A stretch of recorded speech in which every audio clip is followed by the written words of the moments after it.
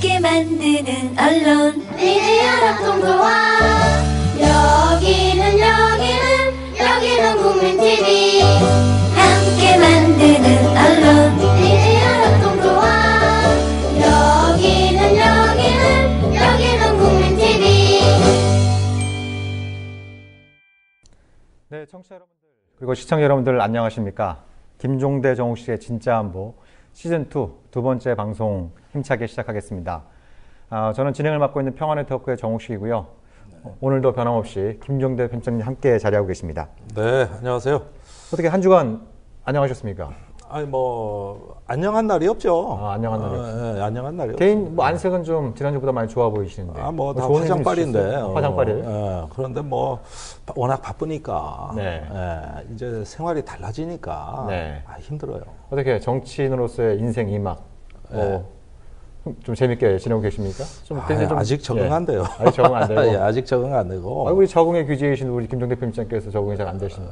확실히 정치인으로 사는 게 쉽지 않은 모양이죠? 쉬운 거 아니죠. 제일 네. 어려워요. 예. 사방 신경 쓰이고. 네. 이제 막말 못해서 아주 성질나 죽겠어요. 발언의 수위를 또 뜻하지 않게 조율하셔야 되는. 또 조율해야 되고. 네. 저만 사고 치면 괜찮지. 네. 다 피해를 입으니까 문제지. 그렇죠. 네. 또 이제 공인이 되셨으니까. 지금까지 공인으로 쭉 살아오셨습니다만. 그래도. 또 이제 아주 또 중요한 진보정당에서 중요한 직책을 맡고 계시니까. 예. 그만큼 또 조심하면서도 기량은 또 마음껏 발휘하는. 예, 조심하고 조신하겠습니다. 네. 네. 우리가 이제 지난주에 한 50일 만에 시즌2 방송을 시작을 했는데요. 예. 제가 지난주 방송 전에 그 팟캐스트 순위를 보니까 300위 정도였는데, 한번 시즌2 방송을 시작했는데 30위 권으로 들어와 버렸어요. 그래요? 예. 저는 아직도 배고파요. 아직도 배고프세요? 예. 배고픕니다. 이게 또 이제 위의 용량이 다르다는 게 여기서 이제 확인되는 것 같은데, 이게 메가톤급은 아닙니다만 그래도 한 킬로톤급의 팟캐스트장이 아주 또 의미 있는 또 바람을 일으킨 게 아닌가 싶은 생각도 들고요. 다 우리 덕분이 아니라, 네. 다 시청자분들, 네. 사랑해 주시는 덕분이에요. 네네. 그만큼 이제 안보 관련된 뉴스들이 많이 있었는데, 이건 좀 차분히 또 깊이 있게, 또 재미있게 이렇게 분석할 만한 내용들이 별로 없어서, 또 많은 분들이 기다려주신 만큼, 또 저희들은 또 좋은 방송으로 또 앞으로 보답해야 되지 않겠습니까? 그럼. 네네. 그리고 우리가 또 시즌2 시작하면서 지난주에 말씀드린 것처럼, 김종대 5분 칼럼. 우리가 시즌1 때 이게 이제 잠깐 선보여서 상당히 많은 사랑을 받았단 말이죠. 그때는 3분 칼럼이었는데 이번엔 5분 칼럼으로 늘어났어요. 2분을 늘린 특별한 이유가 있나요?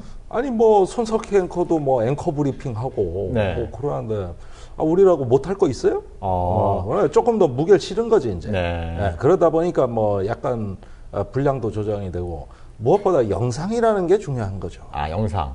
이거는 이제 영상으로도 나가고, 오디오로도 나가고, 그리고 프레시안에 글로도 나가고. 그럼. 이 3일째 이제 5분 칼럼을 또 새롭게 선보이게 됐는데. 다 좋아요. 이게 본방송의 인기를 능가하지 않을까, 이런 어떤 좀 우려도 듭니다. 그거면 안 되는데. 이 경쟁자를 손석희의 앵커 브리핑으로 잡고 계시니까, 앞으로 좀 많이 또 기대해 주시고, 또 많이 사랑해 주시고. 오늘 너무 나갔어.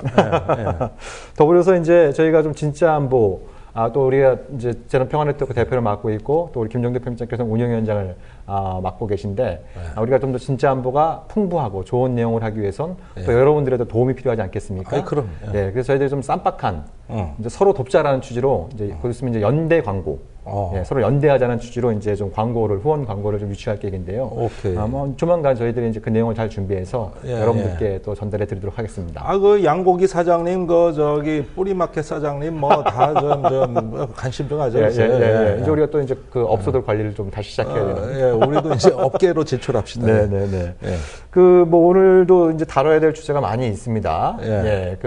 박근혜 대통령께서 60만 국군 장병들한테 보내준 하사품을 또 논란이 좀 되고 있고. 저는 하사품 그러길래 저는 군 생활할 때 하사품을 받아본 대통령이 하사품을 받아본 적이 없거든요.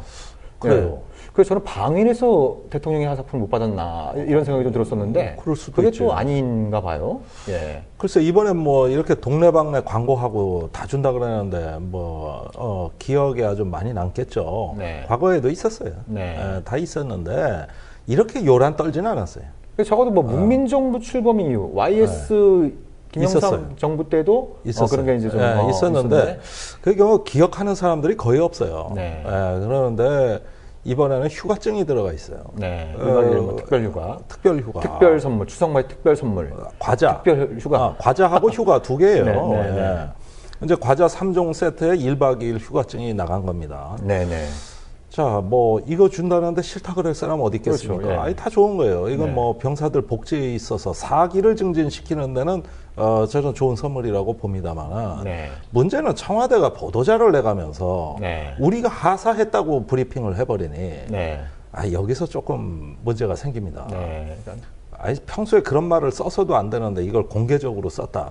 네. 이게 하사라는 말은 뭡니까? 이제 옛날에 군주시대에는 왕국, 나라라는 거, 국가라는 거는 왕의 소유란 말이죠. 네. 그러니까 내 나라, 나의 신민들이란 말이에요. 이건 왕의 국가거든요. 네. 이게 이제 왕조 시대의 산물인데 여기서 하사라는 말이 나오는 겁니다. 그러니까 왕이 자기의 일부를 떼서 신하나 백성들한테 준다는 의미죠. 네. 여기에서 나오는 이런 하사라는 용어가 아직까지 군에 살아 있었다는 거. 네. 그다음에 청와대가 이 용어를 아무런 의식 없이 그대로 베껴 쓴다는 거. 네. 그걸 또 언론에 홍보까지 한다는 거. 뭐 주요 언론의 뭐 헤드라인을 또 장식할 정도로. 아니 그렇습니다. 예. 예. 저 학도라는 말 들어봤어요? 학도. 학도. 일제 시대 예, 때 예. 많았죠. 네네. 그거 아직도 써요 군에는. 그런 잔재들이. 학도 뭐 학도를 조직한다. 학도국단. 학도호국단이다. 예.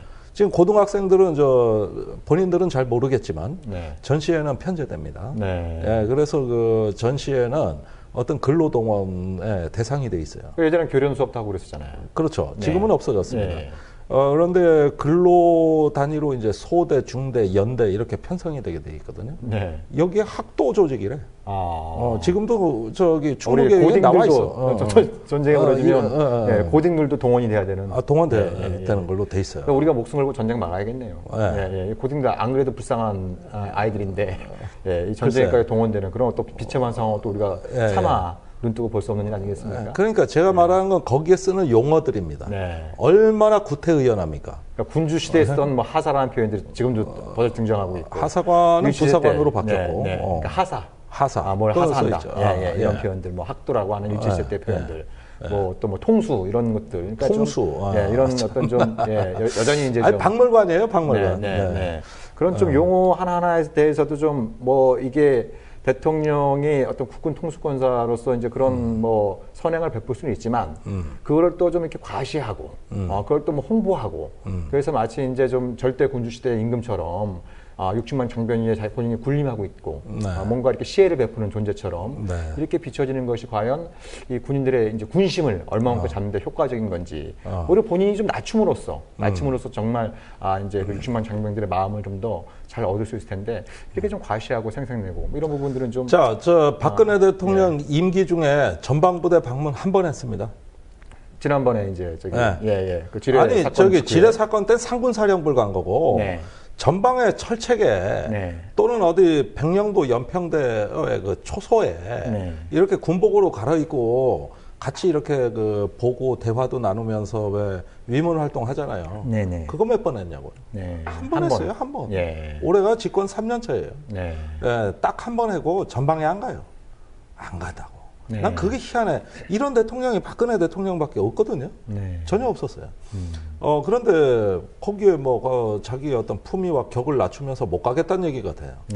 그러면서 이제 난데없는 휴가증인데 아니 휴가 가는 거 좋죠. 그러는데 이거 이제 행정보고관들이 앞으로 근무명령 짜는데 머리 터질 겁니다. 그렇죠. 1박 2일 뭐 전 장병들이 다 가게 되면. 그것도 다 시기 조정해야 되고 아주 복잡한 일거리인데 물론 그런 고생할 수도 있습니다만은 우리 전방이나 주요 작전부대의 지금 가장 큰 문제는 뭐냐면은 병력 부족입니다. 병력 부족. 인가된 병력이 다 배치가 안 돼 있어요. 그래서 병사들을 모자라기 때문에 전방 가면은 그 뭐 행정병이나 이렇게 그 따로 이렇게 뽑았을 수 있는 이런 병력이 귀해요. 그러다 보니까 병사들을 아주 대접받고 있습니다. 왜냐?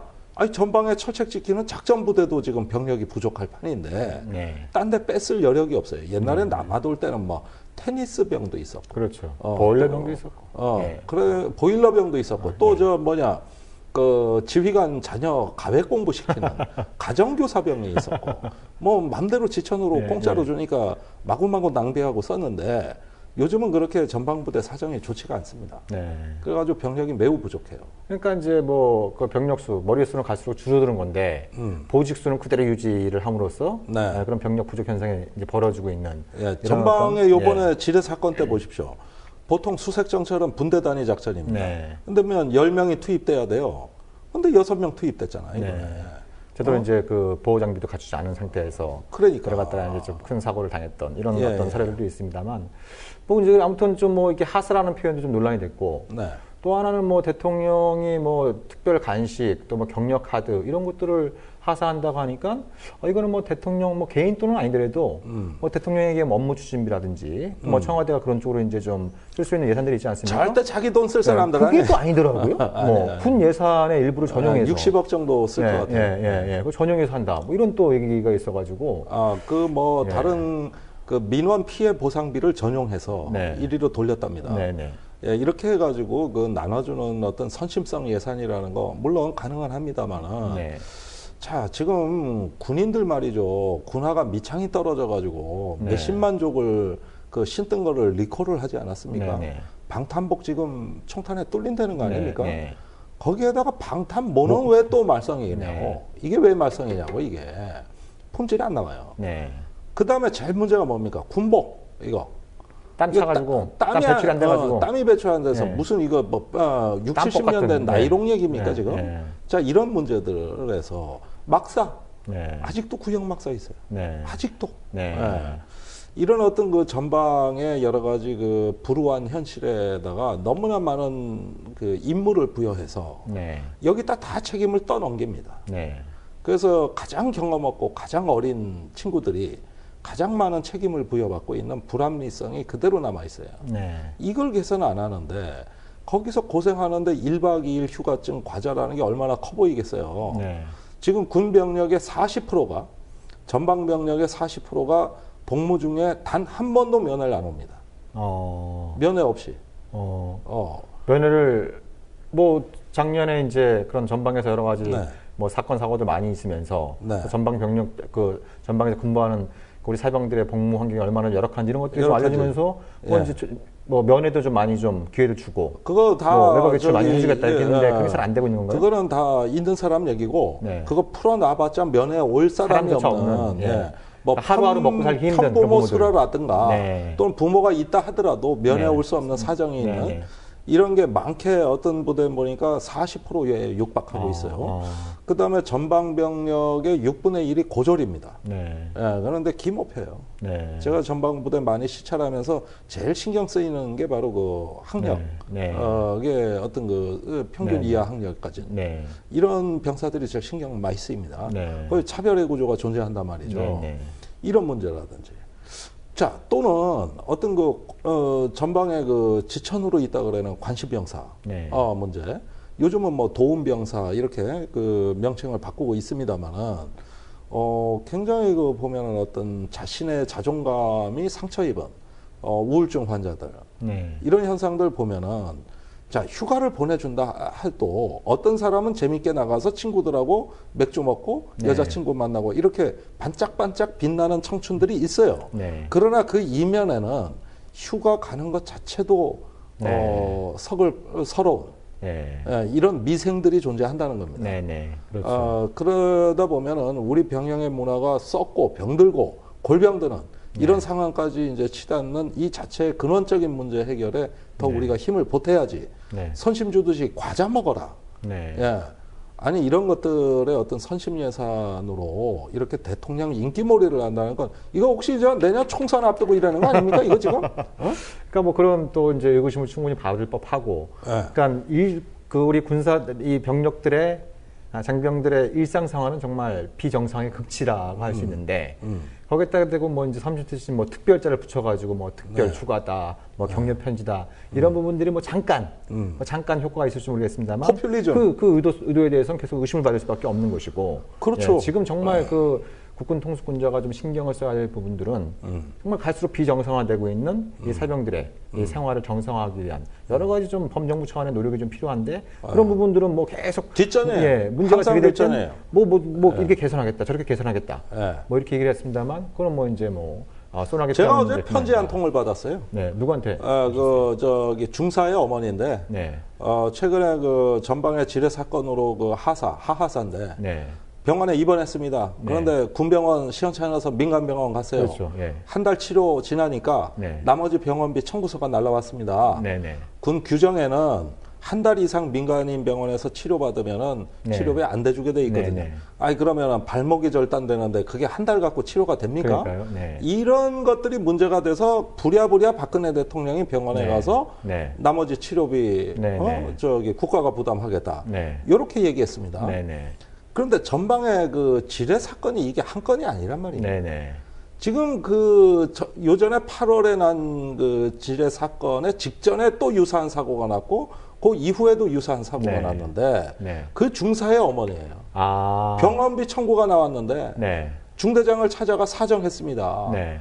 그래가지고 지금 병원비 780만 원을 바로 병원에서 물으라고 통지가 왔습니다. 네. 그러면 언론에서 반짝반짝 빛나고 네, 네. 대통령이 찾아온 그 사람만 혜택 받는 거야. 네. 아니, 그 사람만 혜택 받고 나머지는 아니야. 그럼 그런 어떤 관련된 법 체계가 전혀 바뀐 게 없나요? 없다니까요. 법제도는 그대로고. 그대로고. 네가 알아서 치료해라. 대통령이 방문한 사람한테만? 그 사람만. 연평도 포격 때도 네. 그 돌아가신 병사들에 대해서는 뭐 국가가 뭐 훈장을 준다, 예우를 한다 난리 쳤잖아요. 네. 부상자들은 뒷전으로 밀렸거든. 네. 뉴스에 관심이 아니었어요. 네. 아니 제대시키고 표창장을 등기우편으로 배달해드라는 거 아니에요. 그리고 그 외에는 뭐 저 공상 인정해 준 거 외에는 아무것도 혜택 없어요. 네. 지가 다 알아서 네, 네. 치료도 하고 해야 된단 말입니다. 네. 누가 한 명 찾아오지도 않았대. 이 부분은 앞으로 좀 우리 지금 이제 정의당에서 이제 국방개혁 추진 단장을 맡고 계시니까 네. 이 부분은 좀 각별히 좀 신경을 쓰셔야겠네요. 신경 써야죠. 아니 그러니까 선진국 같은 경우에는 군에서 부상자가 발생할 경우엔 그 군 병원에서 최대한 완벽하게 치료하기 위해서 그 나라의 가장 최신 시설과 의료진들을 가지고 있는 거 아닙니까? 군병원이 제일 좋아요. 네, 미국 예를 미국 대통령이 다치면 병원 가서 치료받는. 군병원 가서. 이렇게 되어 있는데 우리나라 같은 경우에는 군 병원도 개판이고. 예. 그래서 민간병원 가면 치료비는 네가 알아서 부담하라는 것이고.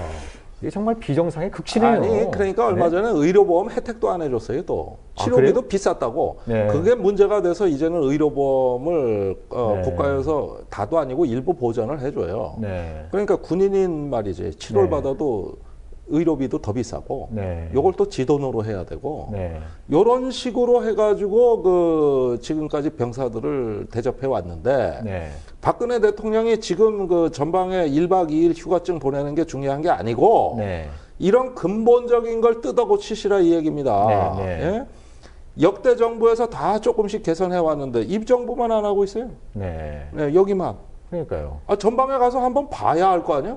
그러니까 그런 얘기 나오면 군수내부 국방부 장관을 포함한 군수부내에서 항상 예산 타령을 하지 않습니까? 예산 타령하죠. 그러니까 우리가 또 이 얘기를 좀 안 할 수가 없는데. 아니 예산 없으면 지돈으로도 내야지. 자기 자식 같은 애들이 쓰러졌는데. 그러니까 그럼 고급 장교들 특히 이제 장성들한테 들어가는 그 예산이 만만치 않지 않습니까? 아니 국방의 인건비가 다 그건데 뭐 간부들 인건비 그것도 상층부에다가 자 육군의 대령의 38%가 진급정기가 경과된 맞으면 진급의 희망이 없는 장군 포기한 대령이라 그래 장포대라고 합니다. 여기에 들어가는 그 인건비가 700억입니다. 700억이에요. 자 지금 이번에 과자 사준 거에 10배가 넘습니다. 그런데 이 사람들이 일하는 사람입니까? 군의 비계살이지, 거품이지. 이거를 그냥 정년 다 지켜준다고. 차라리 돈 줘서 명예퇴직금 줘서 빨리 내쫓아버리면 본인도 좋다 그러고 군도 좋아져요. 근데 일 안 하는 사람이 군대 가시처럼 베껴가지고 그러니까 눈총대로 받고 사단장보다 육사 선배가 부사단장을 하고 있어. 일 안 해. 그리고 사단장도 출장만 보내려고 그러고 문 걸어 잠그고 골프, 바둑 이런 케이블 TV 봐요. 이런 사람들 차라리 돈 줘서 내보내는 게 나아. 매년 인건비에 부수 시설에 차량에 당번병에 보십시오. 이걸로 깨지는 돈이 이게 다 저기 얼마인데 이게. 그러니까 그런 고급 장교들의 인건비, 거기 뭐 품위 유지를 포함한 여러 가지 이제 부대 비용도 많이 들어갑니다만 그것도 있지만 오늘 또 좀 열받게 한 뉴스가 있어요. 네. 예, 이 단군일의 최대 무기 도입 사업인 F-35. F-35 8조 무기 원짜리. 구매가만 7조 3천억 원. 네. 예. 인데 이게 지금 뭐 들리는 뉴스로는 여기에 핵심적인 기술 이전을 미국에서 못하겠다. 예. 그래서 이게 마치 이제 좀 안고 없는 빈 껍데기만 좀 밖에 생긴 이런 어떤 그건 좀 정확히 말씀드려야겠는데 네. 그 F-35 라이트닝 2 이 스텔스 전투기를 도입하는데 우리의 전략 목표 중에 하나는 네. 그 전투기를 도입할 때 미국과 절충 교역 옵셋이라는 걸 해서 네. 차기에 한국형 전투기를 만드는 기술을 내놔라. 네네. 예. 네. 원래 우리나라가 그 전투기 개발하는 방법이 이거밖에 그렇죠. 없어요. 예, 예. 거기에 소요되는 기술을 안 주겠다 이겁니다. 근데 그 F-35를 계약할 때 계약서에 그런 내용이 없었던 겁니까? 없었어요. 계약서는 체결된 지도 얼마 안 돼요. 근데 언론을 보면 지금 네. 네티즌들이 지금 분노를 일으키는 건 미국이 완전히 갑질하고 있는 거 아니냐. 너희들이 무기 사겠다고 계약할 때는 기술 이전해 줄 것처럼 얘기해 놓고 이제 뭐 계약 성사됐으니까 입 싹 닫고 한국을 완전히 호구로 알고 있는 거 아니냐. 네. 그래서 막 반미 감정이 막 일어나고 있어요. 아니. 근데 계약서에 그런 내용이 없었단 말씀이세요? 제가 기가 막힌 얘기를 해드릴게. 제가. 이것도 기가 막히네요, 진짜. 자, 네. 보자고. 네. 자, 우리가 FX 사업, 즉, 이번에 F-35를 도입하게 되는 차세대 전투기 사업을 한 이유는 두 가지입니다. 네. 첫 번째는 공군의 전력 공백, 즉, 노후 전투기 도태에 따르는 전력 공백을 새로운 세계 최고 성능의 최신의 전투기로 보완함으로써 북한에 대한 억제력을 발휘하겠다. 이것이 첫 번째고. 이렇게 보이지 않는 게 강하다. 이거 보이지 않는 게 강하다. 아주 지랄 연병을 합니다. 예. 그거 사실인지 아닌지 몰라 지금. 두 번째는 한국형 전투기 개발에 필요한 핵심 기술을 이전받는 절충교역으로 FX 사업을 활용하겠다. F-35를 우리가 사주면은 기술 지원을 해서 이 한국형 전투기를 만들도록 미국이 책임져라. 그 기술 내놔라예요. 항상 이런 식으로 한국은 사업을 해왔어요. 그런데 지금까지 국방부하고 방위사업청이 얼마 전까지 무슨 거짓말을 했느냐? 거짓말을 어떻게 했느냐? 한국형 전투기 사업, 보람의 사업이라고도 하는 KFX 사업을 하는데 미국으로부터 기술 이전 약속을 받았다는 거예요. 이게 문서상으로 나와 있는 게 있습니다. 이게 어디에 나와 있냐면, 재작년에 이제 F-35 기종 선정을 하고, 얼마 있다가 미국의 그 구매 의향서를 우리가 보냅니다. 그거를 미국이 수락하는 거예요. 이거를 LOA라고 하는 겁니다. 구매 의향서라는 것이죠. 여기에 미국이 뭐라고 기재를 했냐 하면은, 한국에 기술 지원을 하면서 기술 인력 300명을 파견해 주겠다. 즉 한국형 전투기 개발을 하는데 이 기술 인력을 파견해 주겠다. 이 문서를 방사청이 국회 들고 와서 자, 지금 계약서는 체결 안 됐지만 미국이 의향을 보였다 이게. 기술 이전을 하겠다고 여기 나와 있습니다. 이렇게 된 거예요. 그러면 이 구매 의향서라는 거는 법적인 문서가 아니에요. 이건 말 그대로 의향서입니다. 상대방이 서로 의향이 맞은 거예요. 판매자와 구매자가. 이래서 기술 이전 받는데 아무 문제가 없습니다. 이렇게 지난 2년 동안 설레발쳐 왔어요. 그리고 하나 짚어야 될 게 미국에서 얘기한 거는 300명의 기술 인력을 보내주겠다는 거였지. 지원하겠다. 근데 그게 기술 이전과는 또 다른 거 아닙니까? 이전하고는 다른데 보통 기술 이전을 하려면 실제로 기술 인력이 엔지니어들이 와야 되는 겁니다. 그러면서 21개 분야의 기술 이전 목록을 첨부했다 이게. 이렇게 됐는데 그 21개 분야를 하면서 우리가 요구한 핵심 기술 4가지에 대해서는 뭐라고 얘기했느냐. 록히드 마틴은 한국 정부에 언제든 줄 수 있다고 했어요. 그런데 그 밑에 한 가지 단서가 있어. 어떤 거였죠? 그런데 미국 정부 승인이 필요하다. 이렇게 단서 조항을 답니다. 그러니까 판매업자는 우리는 줄 의향이 있는데 우리 정부에서 반대하고 있다. 반대하고 있다. 요 논리인데 근데 그거는 그럼 정치적으로 풀어야 돼. FMS 방식으로 체결된 거 아닌가요? FMS 방식, 정부 대 정부 방식. 그러니까 정부 대 정부인데 지금 한국 국방부는 로키드 마틴사라고 하는 무기 업자의 말을 믿고 더군다나 단서 조항도 확인이 안 된 상태에서 국민과 국회한테는 허위 보고를 한 셈이네요. 허위 보고했어. 완전 위증만 했어. 그런데 이걸 믿고 F-35 사면은 한국형 전투기도 따라갈 수 있고 우리 국민적 기대가 대단했죠.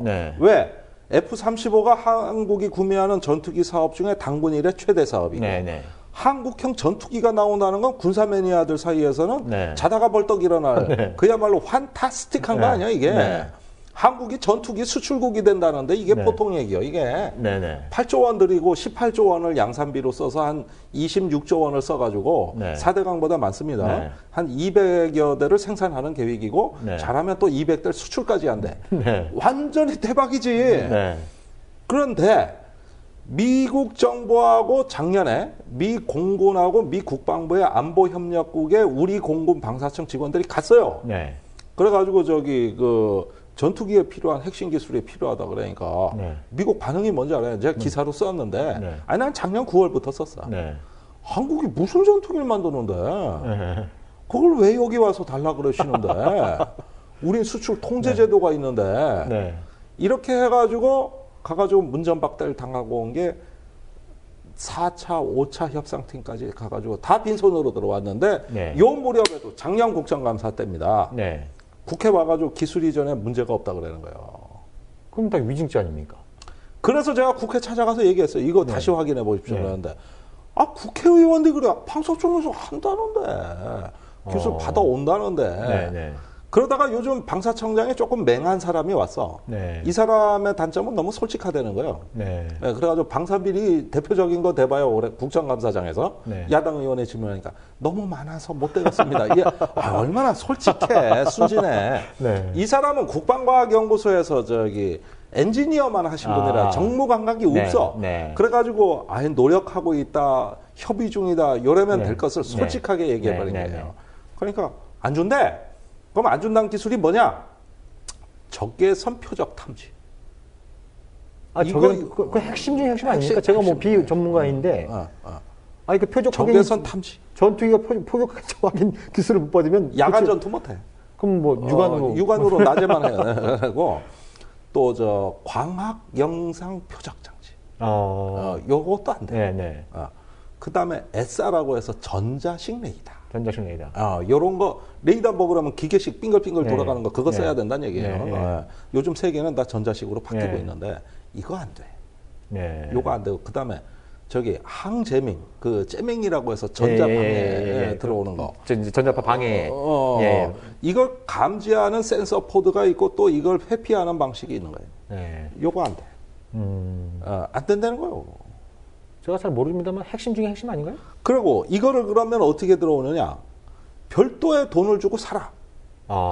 그러면은 미국이 직접 우리 전투기 개발하는데 와서 이걸 노출시킬 수 없잖아, 기술을. 기술을 준다는 뜻은 소스 코드를 다 준다는 얘기가 아니고 우리가 장착을 해줄 테니 대신 한국형 전투기의 체계 종합 이거는 미국 업체가 하겠다. 한국 업체 못한다. 그러니까 니들은 껍데기만 만들고 껍데기만 만들어라. 우리 거 갖다 써라. 이런 거네요. 요러니까 방사청장이 열 받겠어 안 받겠어. 사실 이건 처음부터 답이 나와 있어서. 재작년에 F-35 그 기종 결정하는데 방해가 될까봐 숨겨온 것이고 국방부에서는 나 몰라라 한 거예요. 방사청이 알아서 해라. 그러니까 방사청은 나도 몰라. 미국은 말도 안 들으려 그래서 우리나라 한국항공이라는 업체에다가 니들이 알아서 하고 떠넘겨온 거예요. 이게 폭탄 돌리기를 한 거야. 그러니까 그러니까 아무도 해결 안 한 거야. 이러는 상태로 국회에서 위증을 한 거지. 그리고 알고 보니까 그럼 미국 업체가 다 체계 종합하면 우리 전투기가 아니라 미국이 만드는 전투기가 되는 것이고 수출도 완전히 공연불이에요. 우리 영원히 미국의 호갱이 되는 것이고. 호갱이 되는 거고 여기다 8조 원을 쓰겠다는 거예요. 지금 얘기가. 그런데 8조 원 갖고 안 된다 그러겠지 이제 이러면. 근데 방사청장은 국회에 가서 또 이렇게 호언 장담하시잖아요. 그 F-35 그 핵심 기술 이전 안 받아도 우리가 독자로 만들 수 있다. 호언 장담하셨거든요. 어느 세월에. 시간은 묻지 마.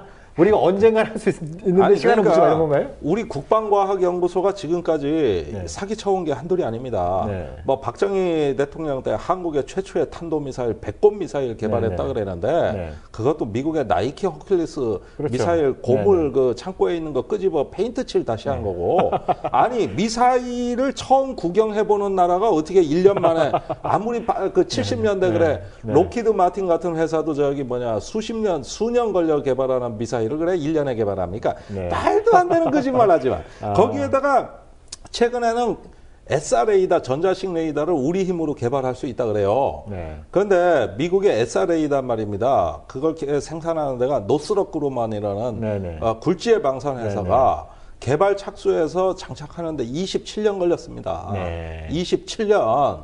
그런데 우리 한국형 전투기의 남은 기간 8년 안에 국방과학연구소가 노스럽 그루만 같은 개발 인력도 없는데 네. 또 여기는 개발하라고 시키면은 관리만 하고 업체에다가 하청 용역 주는 데인데 여기가 국방과학연구소가 그 기술력 아무것도 없어요. 네. 거기서 무슨 전투기를 만들고 레이더를 만들어 여기가 8년 만에 지들 힘으로 하내겠다 그러면서 숟가락 하나 갖고 덤비는 거예요. 네. 이거는 개발자들의 사기극입니다. 그래가지고 그럼 그때 가서 개발이 안 되면 어떡할래? 그러면 흑표 전차 꼴나는 거예요. 개발해놓고 몇 개가 엔진 변속기 개발 안 됐다고 지금 조립을 못 하고 있잖아요. 네. 이런 식으로 엉망이 될 수 있는 위험을 갖고 가는 건데 안 되면은 또 어디 유럽이나 이런 데가 손 벌려가지고 또 돈 주고 사오고 네. 돈으로 다 싸발리겠죠. 이렇게 가는 겁니다 지금. 근데 미국이 또 원하는 거는 특히 이제 뭐 다른 무기 체계도 그렇습니다만 전투기와 방공 미사일 같은 미사일 방어체 MD를 포함한 방공망은 한미 양국이 완전히 시스템 통합을 해야 된다. 예, 그래서 지난번에 우리가 방송에서 잠깐 다룬 것처럼 피아 식별 장치하고 데이터 링크.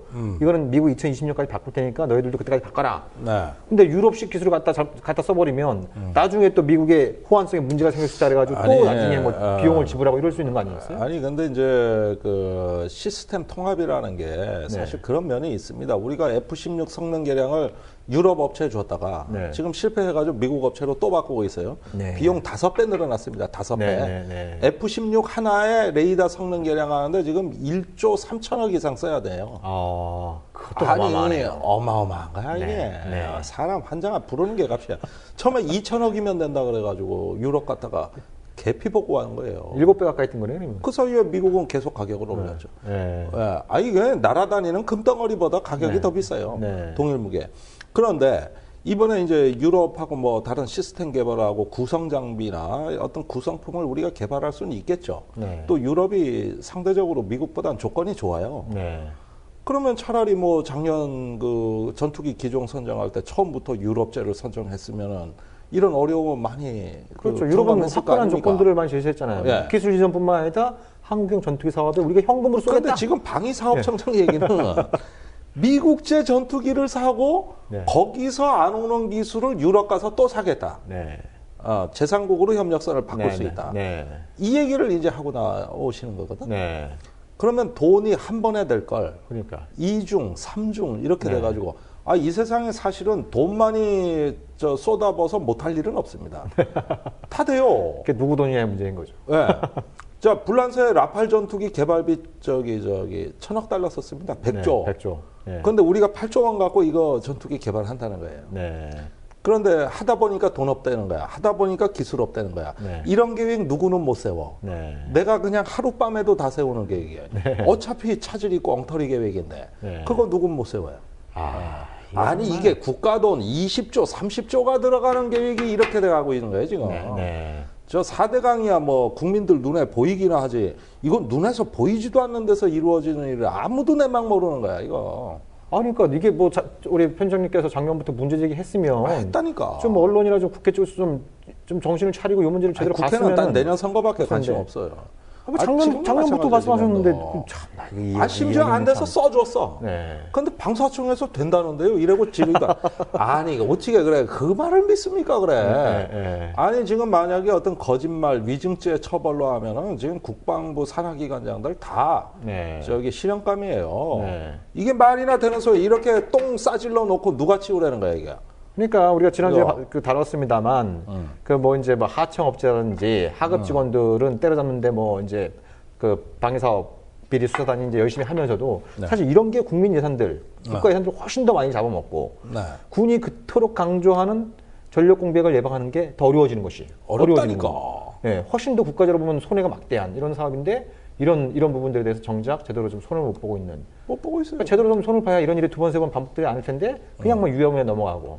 유야무야 넘어가고. 네.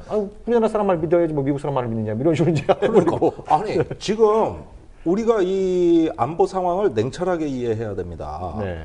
지금 공군의 쓰나미형 위기가 오고 있습니다. 쓰나미형. 예. 예. 자, 공군에 지금 한 270대 되나요? 노후 전투기. 이거 네. F4 뭐 F5. 예. 이거 저 지금 조종사들한테 이 비행기 주는 거 이거 범죄 행위입니다. 이거. 네네. 이거 과부 제조기예요. 이거. 네. 지금 이 비행기가 도태가 되면 미국에서 직구매하는 전투기 너무 비싸. 한계가 있어요. 이번에 F-35도 40대밖에 안 사요. 네. 물론 40대도 좀 필요 없다고 봐요. 한 10대 뭐 있으면 되지. 그러니까 그럼 뭐 전략 무기가 뭐 그렇게 많이 필요가 없는 거죠. 많이 필요 없어요. 좁은 환경에서. 그리고 F-35도 허수가 있어요. 네. 공대진 미사일 2발밖에 못 달아. 네. 공대공도 몇 발 못 달아. 8발인가? 네. 몇 발 못 달아요. 그냥 안 보이는 게 주특기니까. 안 보이는 게 주특기니까 쏠 줄은 별게 없어. 무장도 별게 없고 네. 항속거리 속도 다 성능 낮은 비행기예요. 그러니까 뭐 오죽했으면은 미국의 존 맥킨 그 공화당 상원 의원이 사기극이다. 사기극이다. 한마디로 정리해버리는 이런데 그 미국 국회의원이 사기극이라는 것을 우리가 냅다 그냥 그리고 캐나다 총리는 F-35 산다 그랬다 탄핵당했어요. 완전히 정치 생명 끝난 거예요. 이런 비행기 하나를 신주 모시듯이 정말 어떤 거 이렇게 모시고 다니다가 어떻게 되냐 하면은 사본이면 개털되고 그 다음에 미국은 FMS 정부 대 정부 거래 방식으로 이걸 팔면서 기술 협상은 아예 안 한단 말이에요. 이건 미군한테 파는 것과 똑같은 조건으로 판다지 FMS의 기술 이전이 없거든 실제로. 이렇게 되면 그러니까 우리가 그 익히 알고 있었던 건데 왜 FMS 방식으로 F-35 구매를 결정했느냐. 이미 그때부터 핵심 기술을 이전받지 못했다고 하는 것은 이미 그때부터 우리가 충분히 예상할 수 있었던 이런 문제였는데 국방부나 방사청은 미국이 주기로 했다. 우리 말을 믿어달라. 요거에 우리가 어떻게 보면 깜빡 속아 넘어가. 아니 자기가 뭐 로키드 마틴 뭐 영업 상무요? 거기도 이렇게 얘기 안 해. 어떻게 이런 거짓말을 밥 먹듯이 합니까? 입만 열면 거짓말.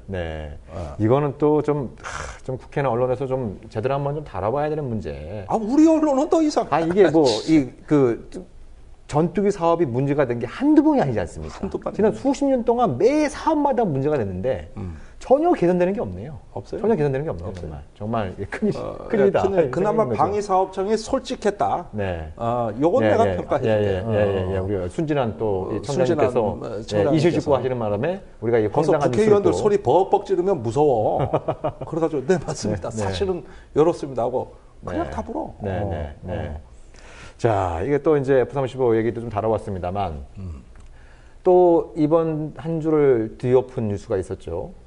일본이 이게 안보법인지 전쟁법인지 잘 구분이 안 가는 법안을 갖다가 통과시켜가지고, 일본이 발칵 뒤집혔고, 지금 이게 또 도대체 한반도에 어떤 영향이 있는 거냐. 국방장관은 나와가지고 호언장담하고 있지 않습니까? 우선 그 법안이 뭡니까? 그러니까, 이제 재작년에 아베 신조 총리가 집단적 자위권을 행사하겠다고 선언을 하고 미국과 일본 사이의 2+2 회담에서 합의가 이루어지고 그거에 대해서 작년에 중연에 통과가 됐고 이번에 이제 참여해서 이제 통과를 시키는 여기 있는데 크게 볼 때는 주변 사태와 관련된 부분이 있고 그 다음에 주변을 넘어선 타국에서의 군사 활동에 관련된 부분이 있고 그 다음에 PKO 유엔 그 평화 유지 활동과 관련된 부분이 이제 크게 이제 세 가지로 나눠볼 수 있는데 여기에 이제 집단적 자위권이라는 개념이 다 들어가면서 예를 들면 이제 과거 같은 경우에는 한반도에서 유사 상황에서 일본 자위대의 역할은 미군에 대한 후방 지원, 유엔사의 후방 기지로서의 역할이 한정되어 있지 않습니까? 그렇지만 이제는 일본이 국가의 존망의 위기, 그 존망의 위기라고 하는 것은 자기들이 이제 판단하는 거죠. 그럴 경우에는 이제 유사시에 자위대가 참전할 수 있는 이런 어떤 부분들이 있고, 그리고 이제 타국에서의 이제 그 주변 사태를 벗어난 타국에서의 이제 군사 활동 지원 같은 경우에도 주로 이제 비군사 활동에 이제 국한되었는데 이제 앞으로는 탄약을 제공한다든지 공중급유를 해준다든지 이런 어떤 병참 지원의 성격이 훨씬 더 강해진 것이죠.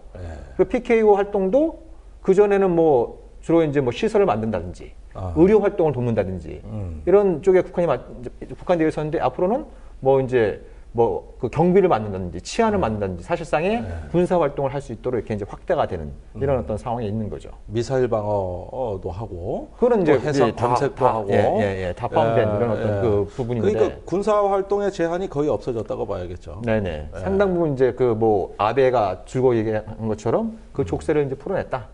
이제 우리도 보통 국가, 정상 국가가 됐다. 뭐 이런 얘기를 갖다가 강조를 하고 있는 이런 그러니까 어떤 상황인 거죠. 한반도에 제일 가까운 거리에 우리가 없던 국가 하나가 새로 생긴 거예요. 네네. 70년 만에. 70년 만에 저런 국가 없었거든. 그런데 어느 날 엄청난 무력을 가진 국가가 하나 새로 생긴 겁니다.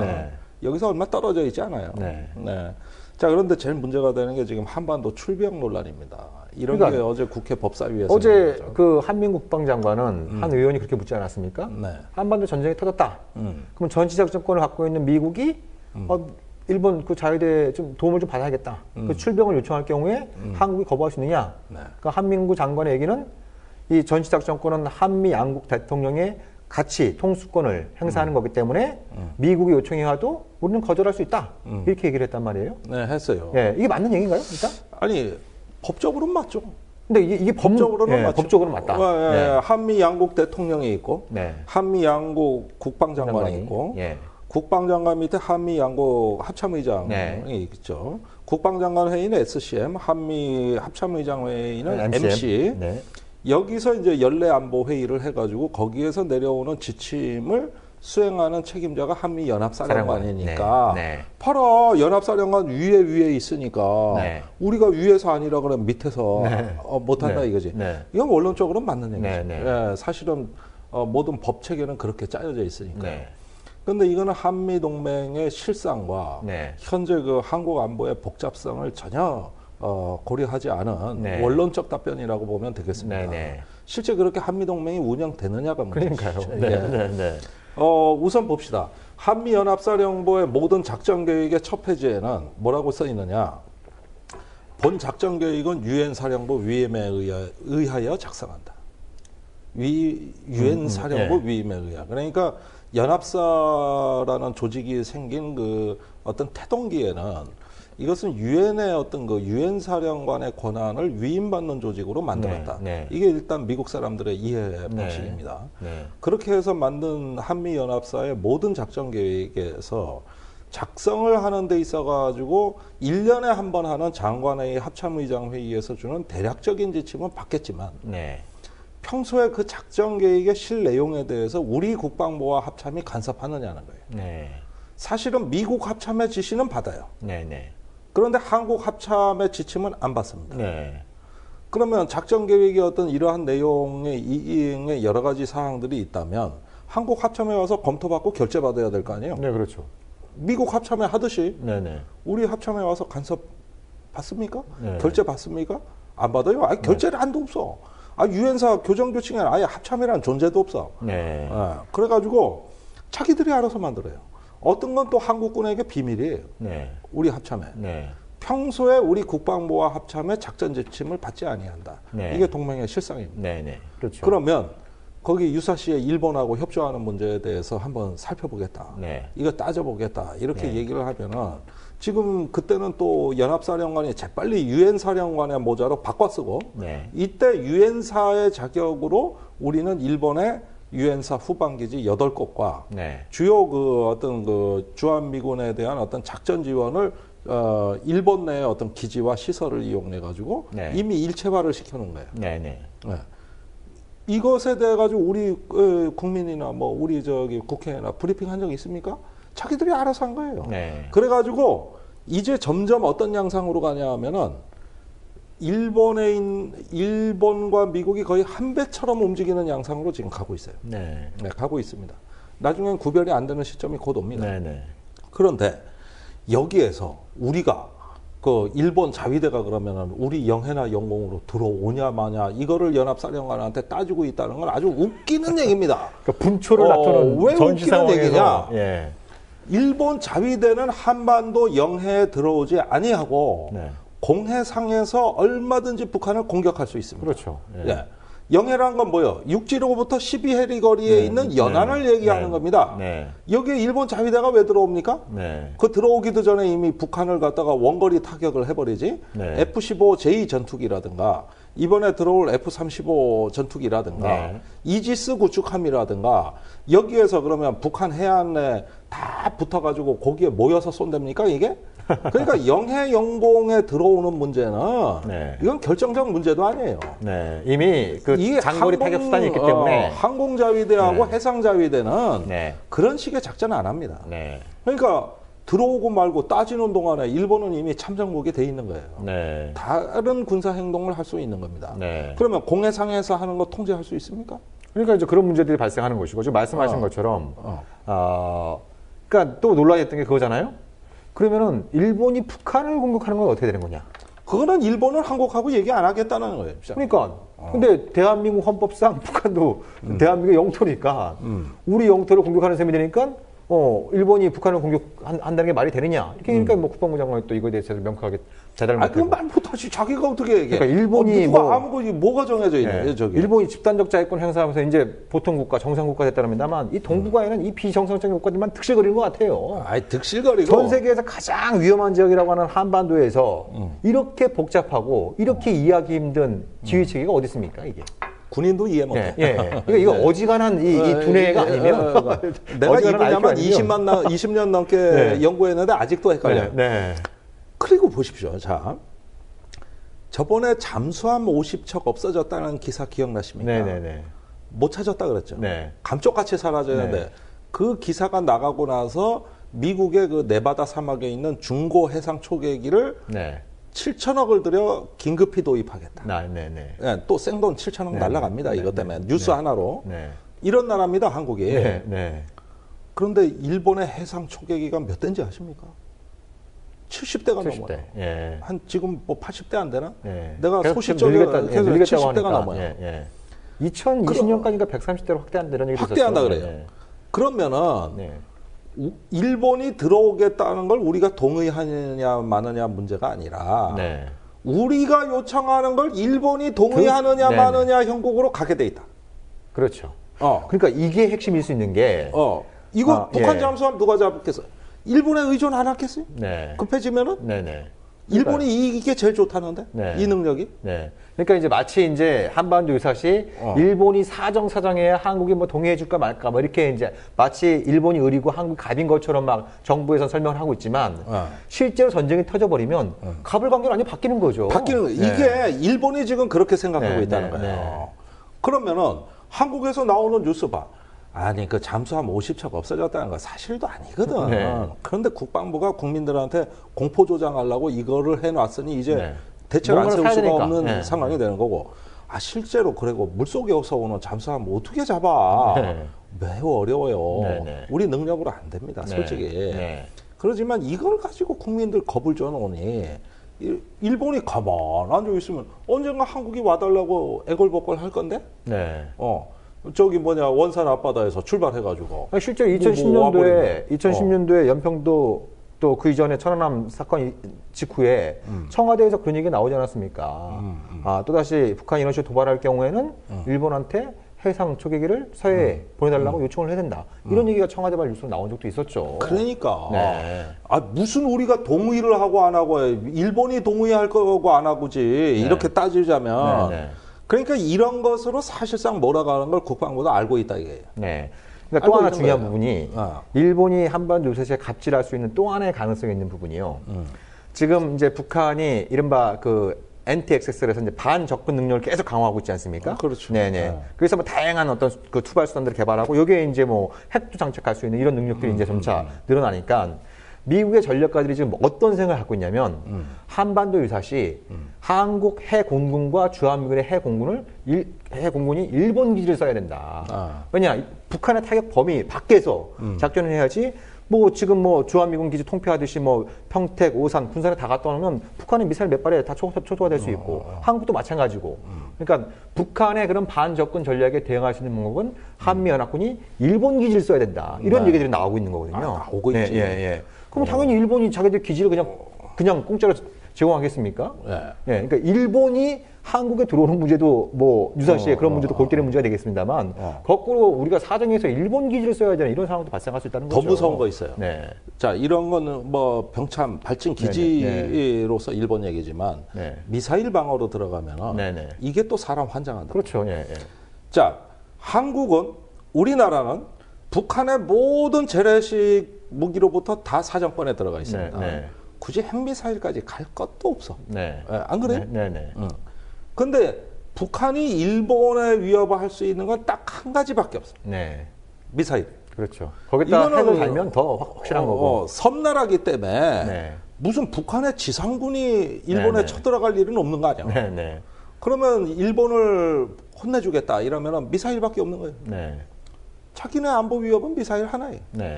그러면은 요것을 중심으로 한반도 정세를 볼 거라 이게. 북한이 그렇죠. 언제 미사일을 쏠 거냐, 쏘기 전에 어디서 막을 거냐, 선제 공격을 할 거냐, 한국 영공에서 막을 거냐, 일본 영공에서 막을 거냐, 이거 선택해야 돼요.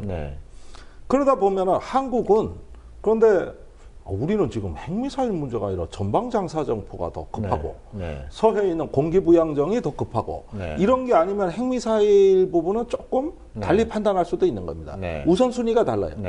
그러면 한반도에서 군사 조치를 해야 되는 어떤 그 안보상의 이익이 한국과 일본이 다르다는 겁니다. 그러면 전쟁을 결심하고 드디어 이제는 군사 행동을 개시해야 된다고 하는 판단이 한국, 일본이 같겠습니까? 우리는 조금 천천히 하려고 그러는데 일본은 조금 빠를 수도 있는 겁니다. 근데 이런 문제를 한미 간에 조정하기도 그렇게 어려운데 일본까지 끼어들어 가지고 해버리면 우리가 한반도 정세를 주도할 수 있느냐 문제가 생기는 거고 더 나아가서 뭐냐 하면은 일본이 먼저 설쳐버리면 일어나지 않아도 될 전쟁을 우리가 대신 치러야 되는 상황도 올 수가 있는 거예요. 일본이 북한을 위협한다 그러면은 북한이 일본을 타격할 수 있는 수단이 부족할 때 어딜 타격하겠습니까? 제일 가까운 여기입니다. 여기에. 한국은 전쟁에서 빠지고 우린 일본하고만 싸우겠다. 북한이 요란답니까? 아니라고. 이거는 도화선처럼 터져가지고 고구마 줄거리 딸려오듯이 다 딸려오는 구조란 말이에요. 이건 국제전의 양상이 간단 말이에요. 인계철선이 휴전선에만 있는 것이 아니라 일본이 이번에 이제 안보법을 통과시킴으로써 북일 간에도 북한과 일본 사이에도 인계철선이 지금 하나 또 그어지고 있는 이런 어떤 그 상황이 있는 거죠. 이게 이 정도 안보법제가 통과됐을 때라 그러면은 지금 우리 안보를 위해서라도 이건 전쟁의 주도권 문제가 달려 있는 문제니까 지금 일본의 방위 계획 그다음에 앞으로 가야 될 방향 이런 또 미일 간에 그 논의되고 있는 사항을 우리가 알아야 됩니까? 몰라야 됩니까? 당연히 알아야죠. 우리 목숨이 걸린 문제예요, 이게. 그래서 이 한미일 간에 뭔가 약간이라도 의견 조율에 실패하거나 위기 관리에서 이견이 발생했을 때 도대체 대책이 뭐냐 이게. 그런데 우리 정부 지금 할 줄 아는 말이 뭡니까? 그냥 뭐 우리 정부 동의 없으면 안 된다. 그리고 입장이 없어. 아니 여기서 일본이 잘못 설치면은 우리가 원치 않는 전쟁을 하는 수가 있겠어요, 없겠어요? 그러니까요. 일본은 굉장히 공포에 취약한 나라입니다. 그러니까 참질 못해. 일본이 이렇게 그 아베가 집권한 지 3년 만에 이렇게 빨리 여기까지 올지 이거 사실 많은 사람들이 예상하지 못했던 거거든요. 거의 뭐 브레이크 풀린 이런 어떤 상황을 이렇게 질주하고 있고 앞으로 또 여기서 일본이 어디까지 갈지 아무도 장담할 수 없는 문제인데 이런 부분들에 대해 좀 제대로 대응하지 못하고 있는 이런 어떤 문제가 있는 것 같습니다. 자, 오늘 라이브로 진짜 한번 시즌2 방송을 진행을 했는데요. 좀 뭐 다소 좀 여름 받았습니다만 또 이렇게 유익한 말씀, 또 많은 도움되는 말씀 주셔서 감사드리고 진짜 뭐 다음 주에 다시 또 알찬 내용을 가지고 여러분 찾아뵙도록 하겠습니다. 고맙습니다. 고맙습니다.